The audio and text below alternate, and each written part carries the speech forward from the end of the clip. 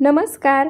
आज आपण नेहमीपेक्षा वेगळ्या पद्धतीचा मसाला तयार करून तोंडाची चव वाढवणारा मस्त झणझणीत, चटपटीत आणि फक्त 10 ते 15 मिनिटात तयार होणारा मस्त असा पदार्थ बनवतोय.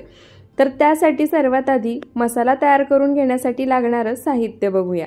त्यासाठी इथे मी एक मोठा चमचा धणे घेतले आहेत, एक लहान चमचा जिरे घ्यायचे, 2 तमालपत्र मी तोडून घेतले आहेत म्हणजे छान एकसारखी भाजली जातात, एक छोटा दालचिनीचा तुकडा, एक जावेत्री, एक स्टार फूल, अर्धी वाटी किसलेलं खोबरं घेतलं आहे, 3 हिरवी वेलची घ्यायची आहे. वेलची इथे घेतलेली मी मोठी आहे त्यामुळे 3 घेतले आहेत. लहान आकाराच्या असतील तर 4 किंवा 5 घ्या.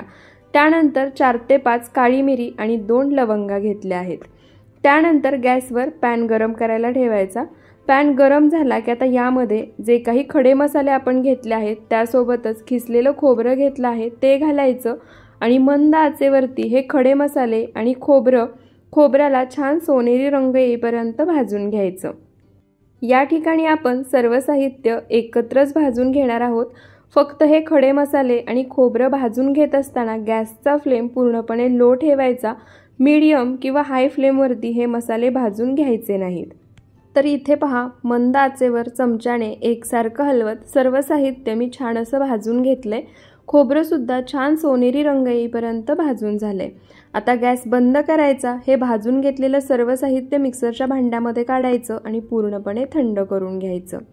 तर इथे भाजून घेतलेलं सर्व साहित्य मिक्सरच्या भांड्यामध्ये काढले, पूर्णपणे थंड करून घेतले.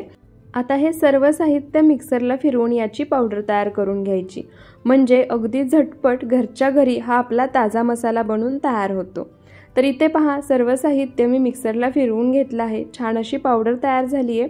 थोडेफार खडे मसाले मोठे राहिले तरीसुद्धा चालतील, पूर्णपणे बारीक करून घ्यायची सुद्धा काहीही गरज नाही आहे. आता हा मसाला आपण एखाद्या वाटीमध्ये किंवा डिशमध्ये काढून घेऊयात, कारण या ठिकाणी आपल्याला एक ताजं हिरवं वाटणसुद्धा बनवून घ्यायचं आहे. तर इथे सर्व पावडर मसाला मी एका वाटीमध्ये काढून घेतला आहे. आता आपण ताजं हिरवं वाटण बनवून घेऊया. त्यासाठी इथे मी मूठभर हिरवी कोथिंबीर घेतली आहे, 10 ते 12 लसणाच्या पाकळ्या, थोडंसं आलं घ्यायचं आणि 6 हिरव्या मिरच्या घेतल्या आहेत. हिरवी मिरची तिखटाला कमी आहे त्यामुळे मी थोडीशी जास्त घेतली आहे. तुम्ही तुमच्या आवडीनुसार, म्हणजे तुम्हाला जसं तिखट आवडतं त्यानुसार कमी जास्त करू शकता.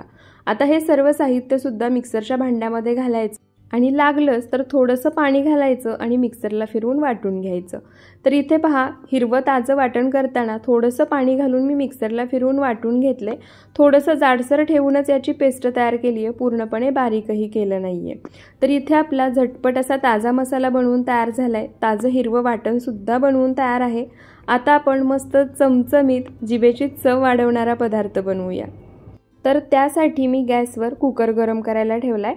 आता कुकर गरम झाला की त्यामध्ये तेलाच्या किटलीमध्ये जी पळी असते ना, त्या पळीने 3 पळी तेल घालायचं. तुम्ही जर पोहे खायच्या चमच्याने तेल घेतलं तर 4 ते 5 चमचे इतकं तेल घाला. तेल गरम झालं की अर्धा चमचा मोहरी घालायची, अर्धा चमचा जिरे घालायचे. जिरे मोहरी छान तडतडली की आता यामध्ये इथे मी 2 मध्यम आकाराचे कांदे उभे पातळ चिरून घेतले आहेत ते घालणार आहे. त्यासोबतच मी कांद्याबरोबर कढीपत्ता घालणार आहे. त्यामुळे काय होतं, कढीपत्ता फक्त तेलामध्ये घातला की लगेच करपतो, कांद्यासोबत घातला की कढीपत्ता करपत नाही, अगदी व्यवस्थित भाजला जातो. त्यासोबतच इथे मी 2 हिरव्या मिरच्यासुद्धा 2 भाग करून मधून चिरून घेतल्या आहेत, त्या घालायच्या. या स्टेपला हिरवी मिरची घालणं पूर्णपणे ऑप्शनल आहे, कारण आपण हिरवं वाटण करताना सुद्धा त्यामध्ये घातली होती. आता मध्यम आचेवरती कांदा आपल्याला गुलाबी रंग येईपर्यंत परतून घ्यायचा आहे. तर इथे पहा, कांदा हलका गुलाबी रंग येईपर्यंत मी परतून घेतला आहे. त्यानंतर आता यामध्ये जे हिरवं वाटण आपण तयार करून घेतलं होतं ते सर्व वाटण घालायचं. या ठिकाणी लक्षात ठेवा, कांदा जास्त करपू द्यायचा नाही किंवा लालसर होऊ द्यायचा नाही. हलकासा गुलाबी रंग येईपर्यंत भाजून झाला की लगेच त्यामध्ये हिरवं वाटण घालायचं आणि आता या वाटणाचा कच्चेपणा जाईपर्यंत हे सर्व साहित्य आपल्याला मध्यम आचेवरती परतून घ्यायचं आहे. तर इथे पहा, वाटणाचा कच्चेपणा जाईपर्यंत मी सर्व साहित्य परतून घेतले. तुम्हाला दिसत असेल बाजूनी तेलही सुटायला लागले. त्यानंतर इथे मी एक मोठा टोमॅटो चिरून घेतला आहे, तो घालायचा आणि टोमॅटोसुद्धा हलकासा मऊसूद होईपर्यंत भाजून घ्यायचा आहे.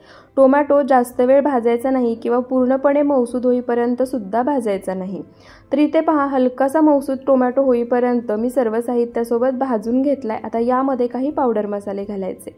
त्यामध्ये इथे मी अर्धा चमचा गरम मसाला, अर्धा चमचा हळद, 1 चमचा कांदा लसूण मसाला घेतलाय। तुम्ही साठवणीतला कोणताही मसाला वापरू शकता। पाव चमचा हिंग आणि अर्धा चमचा काश्मीरी लाल मिरची पावडर घेतली आहे। पावडर मसाले यामध्ये घालायचे आणि आता पावडर मसाल्यांचा कच्चेपणा जाईपर्यंत हे मसाले सुद्धा आपल्याला राहिलेल्या साहित्यासोबत परतून घ्यायचे आहेत। तर इथे पहा, पावडर मसाले घातल्यानंतर सर्व साहित्यासोबत ते सुद्धा मी कच्चेपणा जाईपर्यंत परतून घेतले आहेत। त्यानंतर आता यामध्ये या पदार्थाचा महत्त्वाचा घटक घालायचा आहे, तो म्हणजे इथे मी 1 वाटी पावटे घेतले आहेत, ते घालायचे। आता तुम्हाला पावटे भात बनवायचा नसेल तर त्याऐवजी तुम्ही बाकीच्या सर्व भाज्या यामध्ये घालू शकता, जसं की बटाटा, वाटाणा, गाजर, फ्लॉवर, शिमला मिरची हे सर्व। वाटाणा घातल्यानंतर भाजून घेतलेल्या मसाल्यासोबत मिक्स करायचा। 2 ते 3 मिनिटं मध्यम आचेवरती छान असा परतून घ्यायचा। तर इथे पहा, सर्व मसाल्यासोबत पावटा सुद्धा मी 2 ते 3 मिनिटं मध्यम आचेवर छान परतून घेतलाय। त्यानंतर आता यामध्ये आपण जो मसाला तयार करून घेतला होता तो घालायचा। हा पावडर मसाला घातला ना की या पदार्थाची चव इतकी जबरदस्त लागते की तुम्ही रोज म्हटलं तर बनवून खाल। आता हा पावडर मसाला घातल्यानंतर 1-2 मिनिटं पुन्हा मध्यम आचेवरती सर्व साहित्यासोबत परतून घ्यायचा।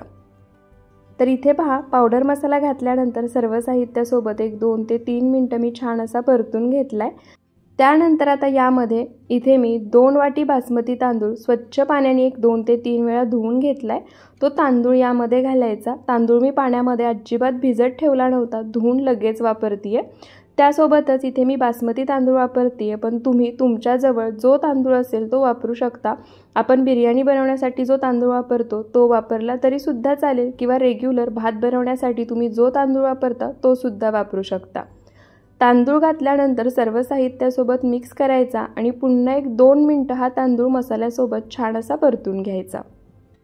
तर इथे पहा, तांदूळ सुद्धा मी 1-2 ते 3 मिनिटं मसाल्यासोबत मिक्स करून छान असा परतून घेतलाय। त्यानंतर आता यामध्ये पाणी घालायचं। तर इथे हा पावटे भात मी कुकरमध्ये करतीये, त्यामुळे ज्या वाटीने तांदूळ मोजून घेतला होता त्याच वाटीने मी 2 वाटी पाणी घेतले। जर तुम्ही हा पावटे भात पातेल्यामध्ये किंवा कढईमध्ये करत असाल तर 3 ते 3.5 वाटी पाणी लागू शकतं। पाणी घातल्यानंतर सर्व साहित्य पाण्यासोबत एकदा मिक्स करायचं। त्यानंतर यामध्ये चवीनुसार मीठ घालायचं आणि इथे मी 1 मोठा चमचा तूप घेतले, ते तूप सुद्धा घालायचं। तूप यामध्ये घालणं पूर्णपणे ऑप्शनल आहे, पण एकदा मी सांगते म्हणून नक्की घालून पहा आणि त्यानंतर या पावटे भाताची चव पहा। तूप घातल्यानंतर आता कुकरचं झाकण लावायचं आणि मोठ्या आचेवरती फक्त 1 शिट्टी करून घ्यायची। तर इथे पहा, मोठ्या आचेवर मी कुकरची 1 शिट्टी करून घेतली आहे। गॅस बंद करायचा, कुकर पूर्णपणे थंड करून घ्यायचा। तर इथे पहा, कुकर पूर्णपणे थंड झालाय। झाकण काढूया।